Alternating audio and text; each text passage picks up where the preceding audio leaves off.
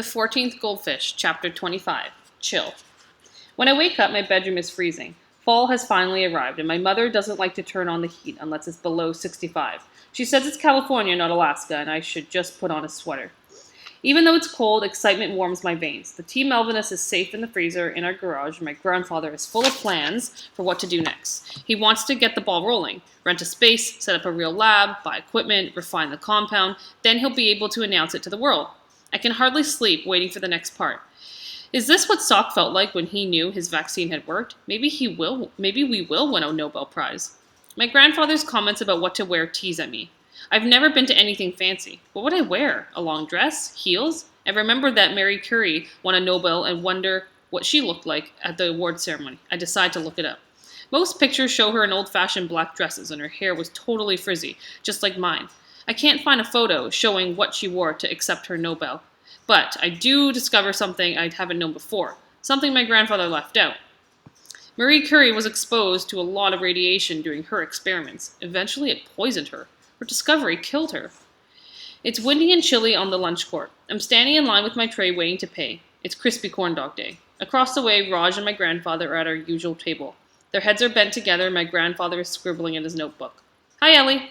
I turn around and freeze. It is Brianna. She's standing behind me, holding a bottle of juice. I wait to feel the burning stab of pain that usually accompanies her appearance, but it doesn't come. There's a twinge, an ache, the way a scraped knee feels after the swelling's gone away. I know I'll be fine. Hey, I say, how's volleyball? She hesitates. It's a lot harder than I thought, super competitive. I have to try out again next season. Oh, I say.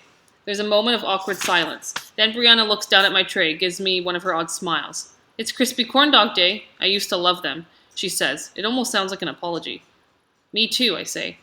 And I feel relieved, like this part is over somehow and it's okay, because I've moved on. I've got my grandfather and Raj. By the way, I saw your old sitter Nicole at the mall. She said to say hi. I look across the lunch court at Raj, remember Nicole mentioning her discount. Maybe I could get Raj an earring. Who's that boy you're with all the time? Brianna asks. That's Raj. No, I meant the one with the long hair. Oh, that's my cousin Melvin and he's staying with us, I explain. I didn't know you had a cousin out here. It's kind of a long story. He's cute, she says. I half smile at her. Huh? She says, does he have a girlfriend? Girlfriend, I echo, and I think of my grandfather's slippers.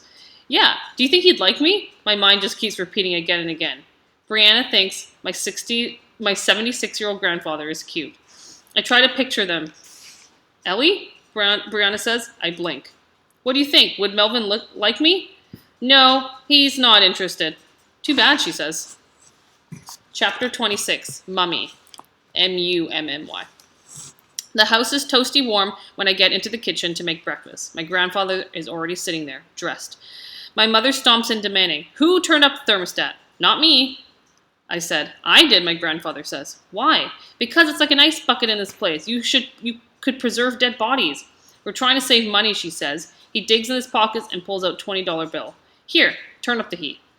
My mother and Ben are going to see a play a friend of hers is putting on.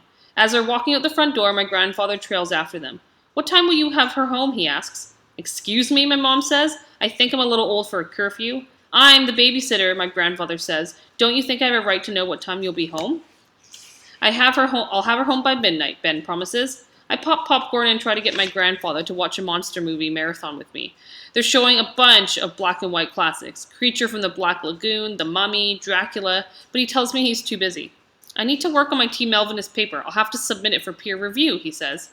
I'm still watching at midnight when my grandfather walks into the den, looking angry. Your mother is late, he says. 10 minutes later, Ben's car pulls up into the driveway and my grandfather races out the front door. I follow him. He goes right up to Ben's car and bangs on the window. Ben rolls it down and looks at my grandfather, confused. You are 10 minutes late, he says. There was an accident, Ben apologizes. Then you should have given yourself more time. His voice sounds like a 13-year-old's, but it has the authority of an adult. After Ben drives away and we go inside, my grandfather and mother have it out. Were you kissing in the driveway? The whole neighborhood could see you. My mother throws her arms up in the air. So what? What kind of example are you setting for your daughter? My mom loses it. Excuse me, but am I living in 1950? Besides, you're out of line telling me what to do. I am your father. You may be my father, but I am the grown-up around here. You cannot tell me what to do. I am the grown-up, he shouts back at her. Have you taken a look at yourself in the mirror lately? Because you are not a grown-up. You are a teenager. He glares at her and walks out the room. We hear the bathroom door slam shut dramatically. She turns to me. See? Teenager. There's a traveling Egyptian exhibition at the De Young Museum in San Francisco, and Raj invites me to see it with him. My parents love art, and I've practically grown up at the De Young. I know where all the bathrooms are. My dad likes to joke that I was potty trained next to the Renaissance master. My mom needs to borrow some props from a theater in the city, so she offers to drive us in. I invite my grandfather to come. I don't have time to play, he tells me, his fingers flying across the keyboard of his laptop. I'm working on my patent application. As we drive through Golden Gate Park, I notice another building, one we must have passed a million times, but I've never paid much attention to it, the California Academy of Science. I suddenly want to know where every bathroom is in it, too. There's a huge line when we get to the De Young. I have no idea mummies were so popular. Raj fits right in with the San Francisco crowd. Nobody looks at him twice. We wind our way through the exhibition. In one room, they've recreated the inside of a tomb. The sarcophagus is surrounded by the dead man's belongings. Furniture, food, a pair of leather slippers. It's like his life has been frozen in time, and I can't help but think of my grandfather's apartment. We usually make our way to the mummy that's the highlight of the exhibition. It's behind glass and it's nothing like how I imagined. The body is small, maybe my size, and skinny. The bandages aren't white like in the movies. Instead, they're dark brownish black, and they look like they've been melted onto the body. There's a hole where the nose should be, and the skin looks hard. But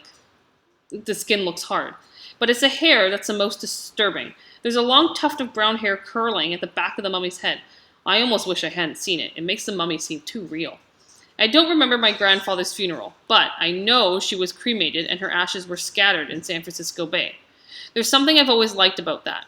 Whenever I see the bay, I feel like I can hear her in the rolling waves and the shouting seagulls. Why did they do all this, I asked Raj. Why not just bury the body or cremate it? Because they wanted to live forever. He squints, a half smile at me. They thought their spirit could come back into the body if it was preserved. You know, kind of like what Melvin's doing. Melvin's not dead, I say. True, but he's sort of preserving himself, like a mummy. I stare at the tuft of hair. Hey, come on, Raj says and smiles. Let's hit the next room. They've got a mummified cat.